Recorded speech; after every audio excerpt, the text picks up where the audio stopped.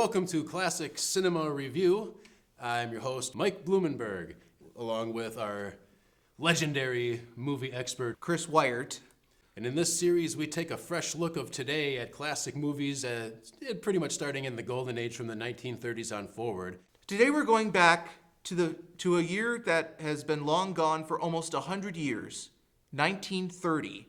It is within an era where the Great Depression was just starting, and it was also an era in Hollywood where movies were transitioning from silent films to sound films. And in these three that we talk about today, you are seriously going to notice that. How movies that you're familiar with today, they seem to have all the bugs worked out on how a script works and dialogue between characters work.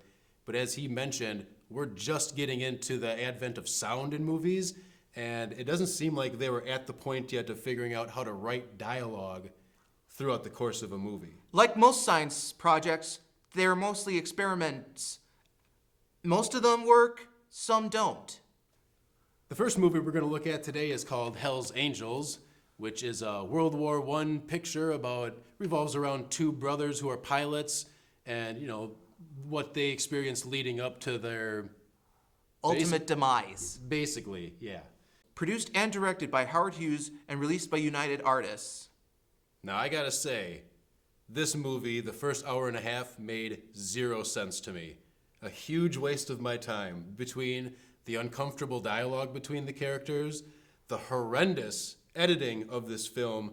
Just in between every scene was a massive fade to black and then, fade into the next scene over and over and over again. And I cannot emphasize enough about how bad the dialogue in this movie was. And you'll notice during parts of this movie, most of it is in black and white.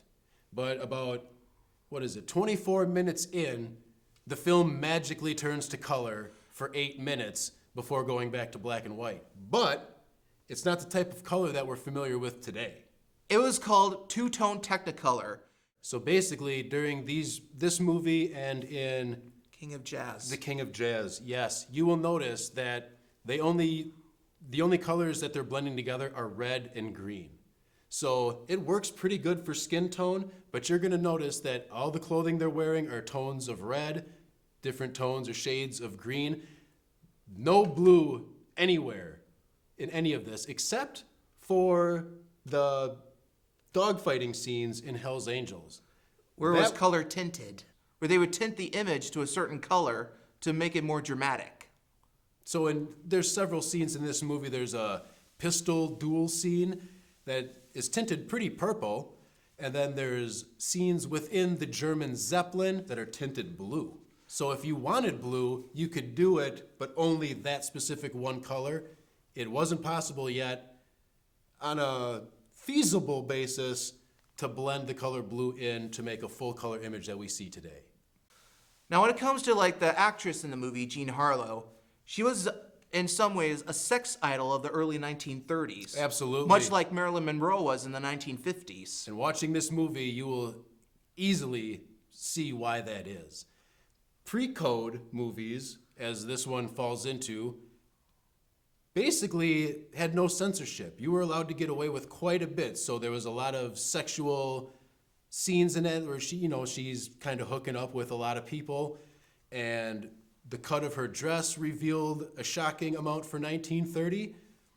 And it wouldn't be till 1935 where the hammer really came down. Courtesy of the Hays Code, which basically became a guideline of what studios should and shouldn't show on camera, or even talk about on camera. And that was the standard for the next 33 years. It would not be until 1968 that the Hays Code was finally lifted and the filmmakers were free to start not really doing whatever they wanted, but they had more leeway to actually tell the story in the manner, whether that be through vulgarity, because even in this movie, for 1930, they swore in it a few times, which from 1935 through 1968, with that Hays Code in effect, you're probably not going to see much of that going forward through this series. It's going to be pulled back dramatically around 1935. I mean, I'm sure some of you might hear that sort of stuff at home, but in the movie screen, nothing. And this movie has, as far as special effects are concerned, the Zeppelin crashing and burning scene was actually pretty amazing. That one, that brought orange in, so you had the blue tint, and then as the fire was going up, you actually had orange flames in that.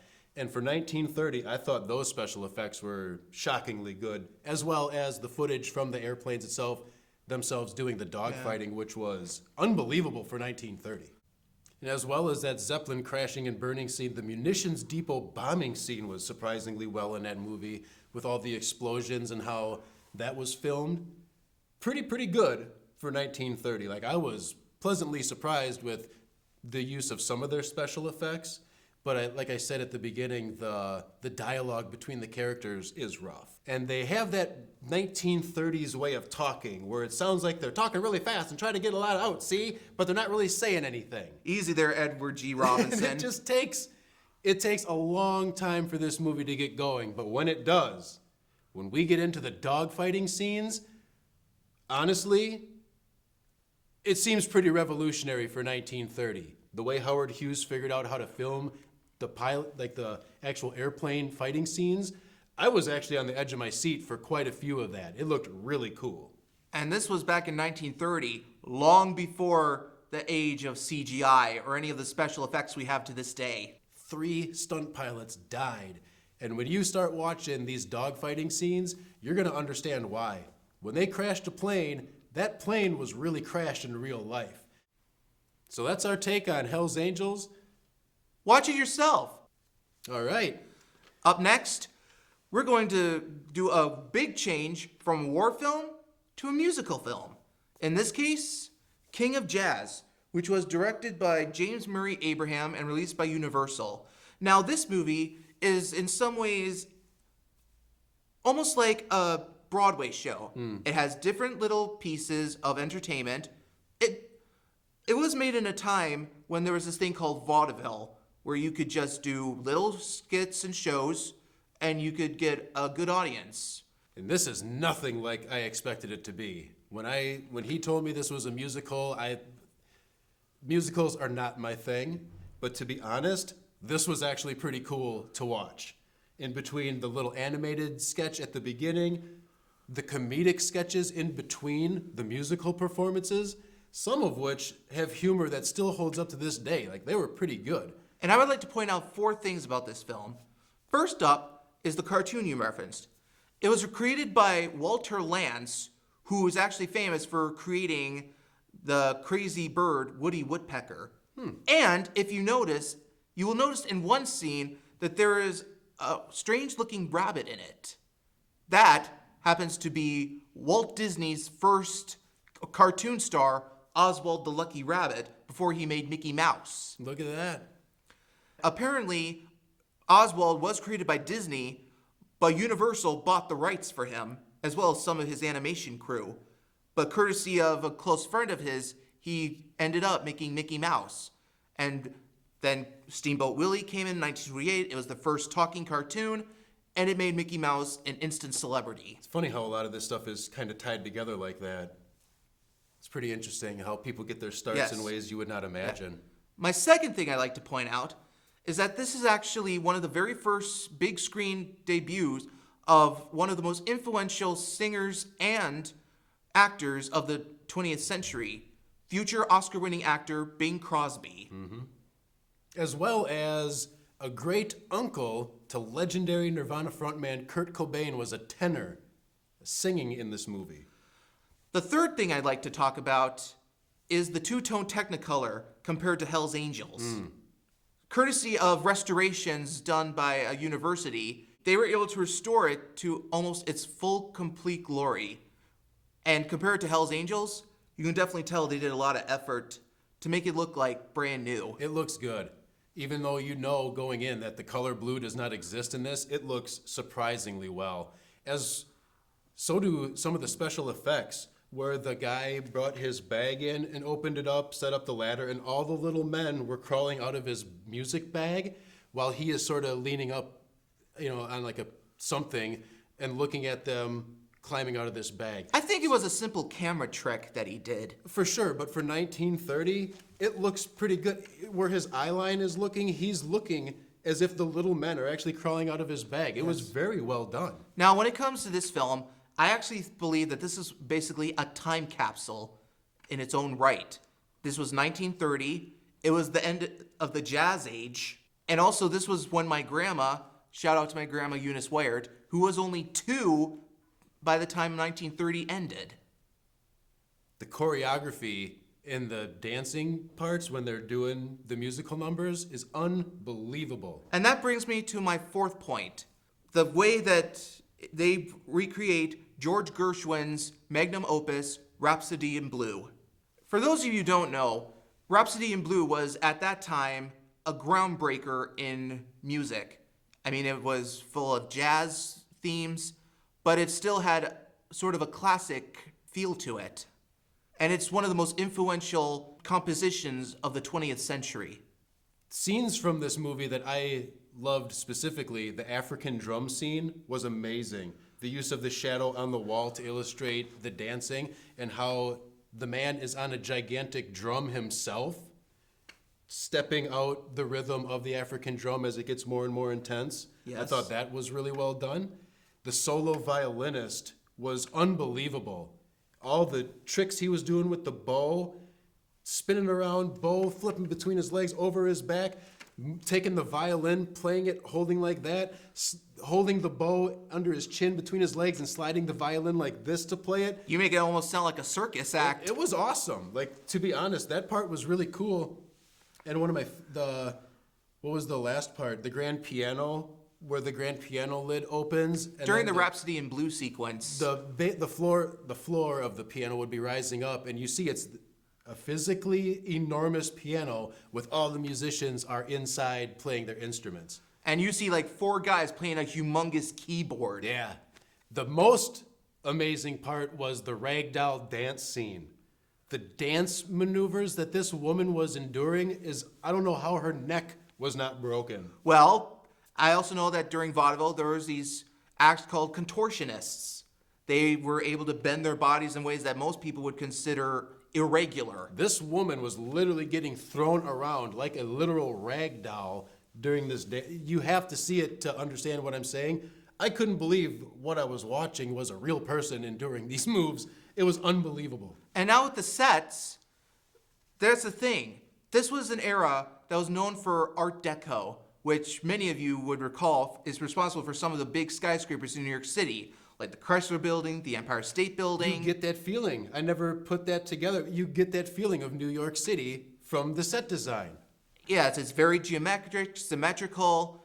It's also very vibrant. And clever use of the sets. The one set that kept spinning. Yes. And then so as the set spun, the people that were previously in the front are now in the back off camera, which they get off. New people come in. This front side of the set is performing their thing, and where they're done, it would spin 180 degrees, and now you'd have a whole new set, basically, with a whole new piece. It was amazing. Yeah. Set design was really good. Yeah, well, here's the thing. When it was first came out, apparently it got mixed reviews because a lot of people weren't really into musical films anymore since they were all over the place. But the film actually did win an Academy Award, in this case for Best Art Direction. Nowadays, it would be called Best Production Design. There you go.